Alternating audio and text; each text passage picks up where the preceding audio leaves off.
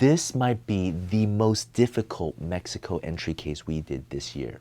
The client's green card was expired since 2016, haven't been back in the US since. Their green card application was actually denied by USCIS.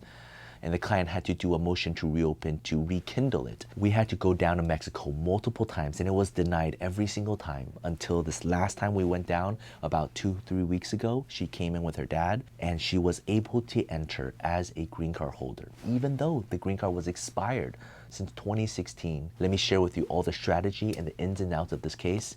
It's crazy. Let's get to it.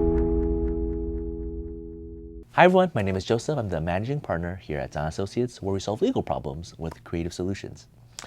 So the legal problem was that this young girl wanted to come back into the US, right? She finished school abroad and now she finally wants to come to the US, but she hasn't been here for so long.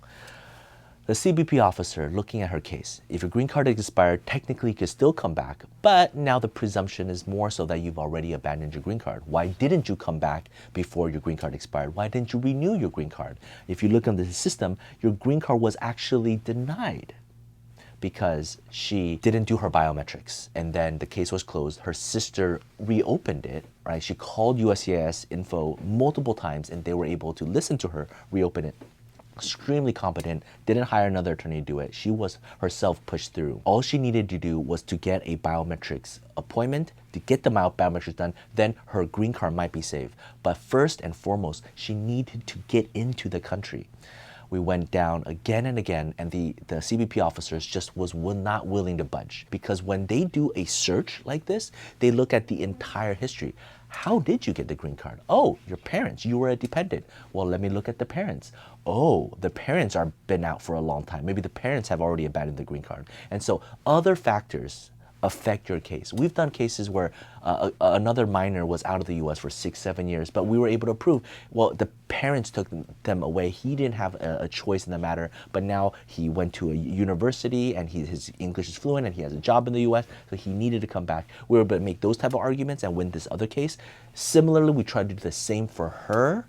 However, because the parents were not here, because her green card was expired, because her case was already closed, it made the officer just not willing to budge on this particular case. Side note, something even more complicated than the case was that the clients were thinking about doing all of this themselves. And I was just stressed the heck out, right? Like, I mean, if it was a simple case, I can give encouragements, I can give guidance, but man, boy, like, this is a difficult case. And if you're gonna be blocked in Mexico, that would be terrifying. So the end result was that the dad was gonna fly back and be with the younger daughter and fly into the Mexico with the younger daughter. The two of them came together. We represent the daughter. We presented the case to the CBP officer.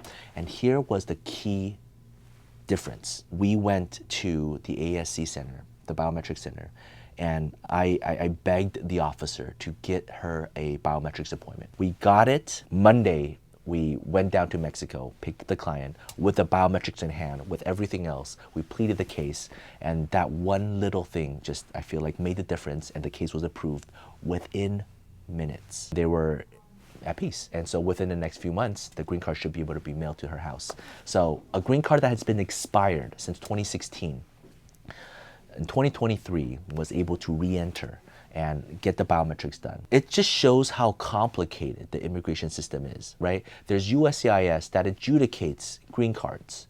There's ASC officers that deals with the biometrics, which is a critical part of the green card process. But if somehow that gets messed up, then, and the client is abroad, then how do they prove to the CBP officer, customs officer, that they're able to enter? And if they can't enter, then they can't do the biometrics, then they can't get the green card. Everything is connected, but everything is also disconnected. CBP officer doesn't see USCIS, doesn't know ASC, and so it takes, I guess it took us to be able to navigate all three and explain all three and to be there next to the client. And I guess that's why we are here. That's the purpose of immigration attorneys, right? It's not the government's job to make everything work, even though it would be nice, but it's not their job. And for the clients, they're out of the US, they don't speak English. How are they supposed to do it? If it wasn't for this sister being able to kind of put everything together, trust us to do the stuff that she couldn't do, together we were able to get her little sister back. And I was talking to the little sister throughout this whole thing. It's like, when's the last time you saw your older sister? And it was like, you know, it's been years. And, you know, when she last saw her and really hung out was when she was a toddler. And now she's already like, you know, junior high, high school. So it's really, really special to see this family reunite. I'm very happy for them. If you have any questions, feel free to reach out. We'd love to talk to you. Take care. Bye-bye.